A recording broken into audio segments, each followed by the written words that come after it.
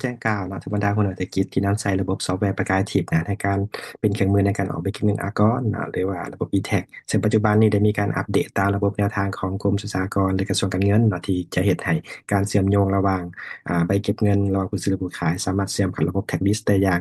อัตโนมัติและก็สามารถเป็นบอนอิงในการตรวจสอบซึ่งกันและกันได้ซึ่งมันมีอย่างแน่เนาะที่ได้รับการอัปเดตใหม่เดี๋ยวอาจารย์จะพอพาแนะนำแบบนี้หนึ่งเวลาเข้าโมดูลหรือโปรแกรมประกาศทิพย์ จะเข้าระบบประธานเนาะเราจะมีมันโมดูลของใบเก็บเงินนี่จะเป็นส่วนนี้ตัวอื่นก็ว่ากันเนาะมาเข้าตัวใบเก็บเงินนี่ก่อนพอตัวนี้จะเสื่อมถ้าเอาเสื่อมกับระบบ tax list เนาะมันจะไปก่อมีเลขตัวใหม่ก็คือเลขที่ invoice เนี่ยจะเป็นระบบ e-tax ตัวใหม่เนาะจะเป็นจำนวนตัวเลขอยู่ตัวนี้และขณะเดียวกันถ้าต่อไปถ้าเขาจะมีการยกเลิกเนาะยกเลิกเลขที่เนี่ยจะมีการเฮ็ดใบหลุดหนีเรียกว่า credit note ระบบของมันจะมีการหักล้างให้และการสลิงหากันคือแบบนี้จะมาเบิ่งเนาะวิธีการออกหนึ่งเข้ามาสร้างใบเก็บเงินเนาะกดเข้าฟังก์ชันใบเก็บเงินแล้ว หลังจากขับไปเก็บเงินแล้วเนาะเขาก็มาเบิ่งเลขที่สมมติว่าเลขที่ในการซื้อขายตัวนี้เนาะลูกค้าแม่นไพ่เป็นลูกค้าก็เนาะเอกสารการชำระโอเคชำระเป็นเงินอย่างเงินโอนเนาะต่างๆอากรต่างๆสมมติว่าเราซื้อขายสินค้าปุ๊บเนาะเป็นสินค้ากลุ่มนี้นะราคานี่เงิน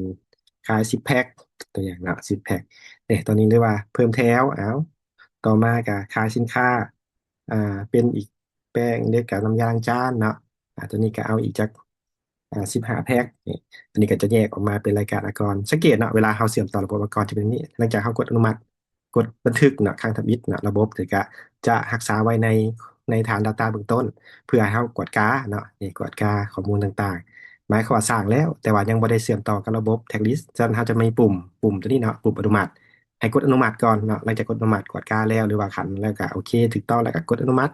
เวลากดอนุมัติมันจะมีป๊อปอัพมาถามว่าอนุมัติไปเก็บเงินในบ่ข้อมูลจะถูกส่งหาระบบแท็กลิสต์เลยเนาะโอเคถ้าว่าเห็นดีถูกต้องแล้วก็อนุมัติเลยเนาะและมันจะมีขึ้นนี่จอว่าส่งเนาะอนุมัติแล้วส่งหาข้อมูลแล้ว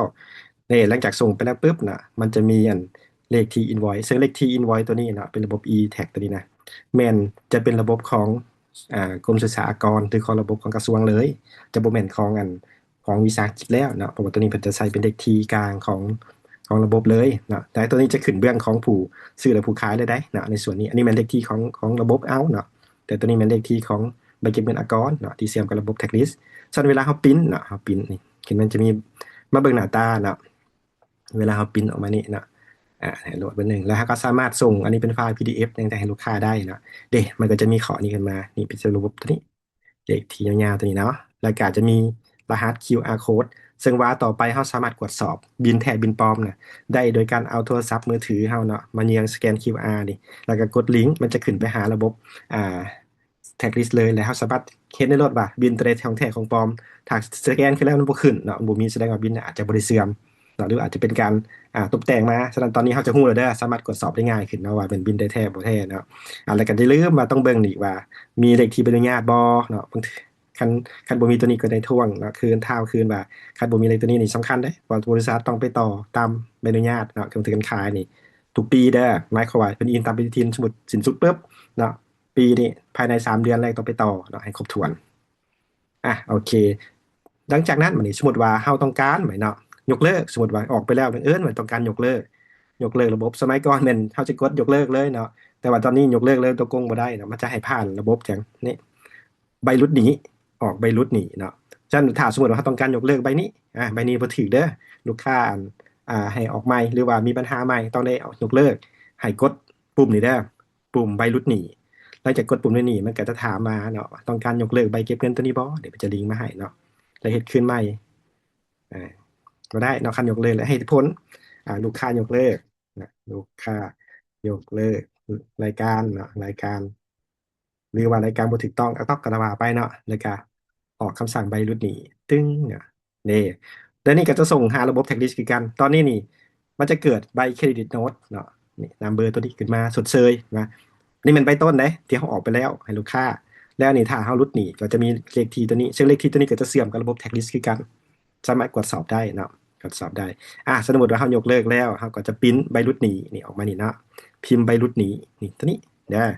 นี่ตึ้งเนาะ เขาก็จะโหลดออกมาจะหน้าตาประมาณนี้เนาะนี่คือใบรุดหนีแล้วก็มีเลข QR ตัวนี้สามารถกดสอบ reference หากันได้